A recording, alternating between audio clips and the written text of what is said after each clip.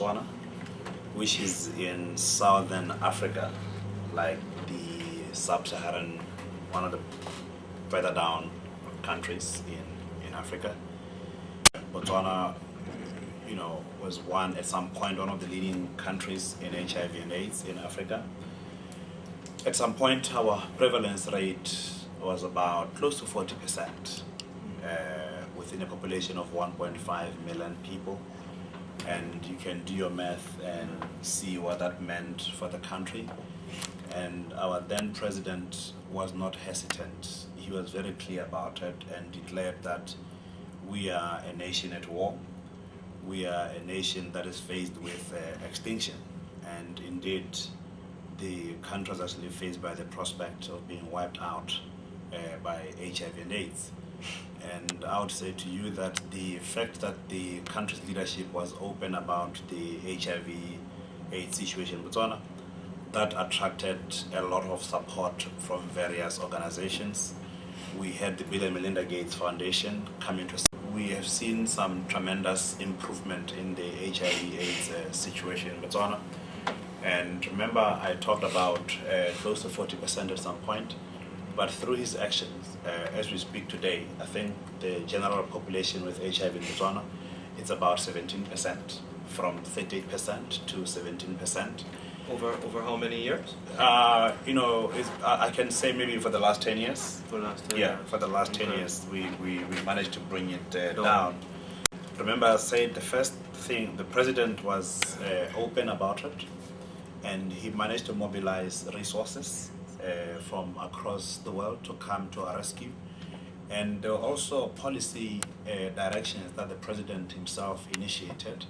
We had a policy that they call routine testing, where every adult who presented at the health treatment center or for normal or routine checkups, one of the things that the doctors would suggest to such adults would be to go for HIV testing.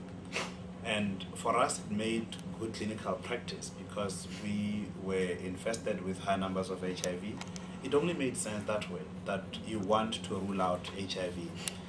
And obviously, there were some of the critics who were saying the country is actually forcing people to test for HIV, but it was not mandatory testing, it was routine testing. And I would say to you, the response that we received from the people when the testing centers were open for routine testing was people were saying, why haven't we been doing it for the last 10 years? And even some of the testing centers ran out of testing kits. And it was amazing how people responded to that.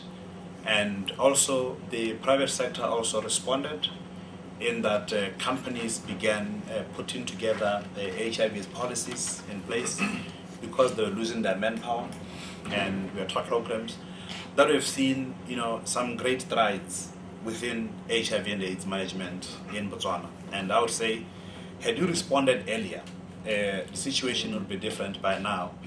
And that's something that I found very interesting with Jamaica. It's a very low prevalence area, and which presents a very great opportunity to keep it even lower than that. Because, had you responded back in the days in Botswana, we wouldn't be talking about these high figures now. But most of the time, when you talk to companies and various individuals to say to them, you need to have HIV prevention programs in the workplace, they think that prevention is an expensive exercise.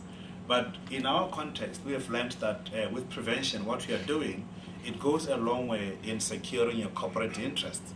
What I mean by that is that the cost of doing something today will become in the end less than the cost of not having done anything. Okay. Because by not responding now, what you are doing, you're only postponing the problem. But it's important to tackle it head on.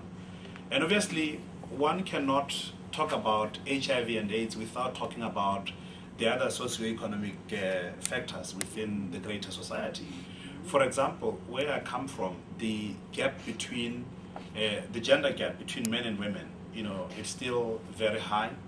And we still have a lot of female-headed households, women who depend on men for security, for survival. And that's something I've also found in Jamaica as well, that, it's a very interesting comparison in that you still have some pockets of poverty, you still have some pockets of wealth within the community here, and the gap between the rich and the poor is very big.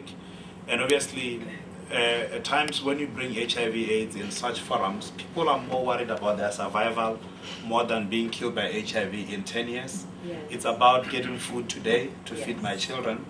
It's about making sure that I live with this man who's my boyfriend, to ensure that our kids have something to eat, because if they don't have something to eat, they'll go into the streets and be part of the gangs.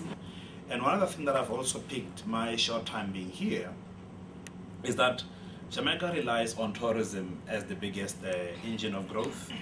And initially, for me, it was very difficult to understanding the relationship between tourism and commercial sex work or HIV, because with tourism, excuse me, you're talking about a very mobile population, and one of the things that we see in the properties in these touristic areas is that we are talking about a young workforce, and I've also learned that the attrition rate is very high. People move, and also people migrate between the islands. And for me, one of the things that I strongly recommend in this context, of which we've actually seen in the region where I come from, there are regional responses to HIV and AIDS, to say, if I move from Trinidad to Jamaica, can I access programs? But what we're still seeing is pockets of, uncoordinated responses. And like Pet was saying, it's important to get the private sector together. It's important getting the civil society and the government to collaborate and talking at a table to say, how can we best work together to confronting this epidemic?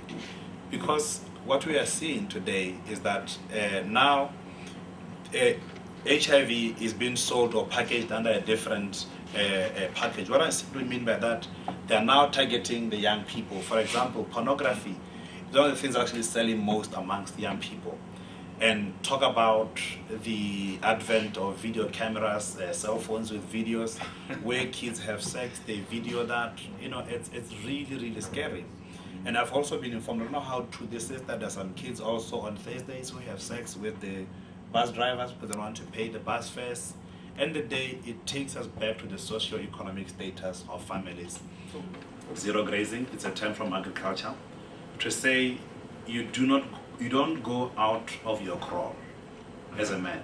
Make sure you graze within the same crop. What that means that you don't touch other people outside your domain, right?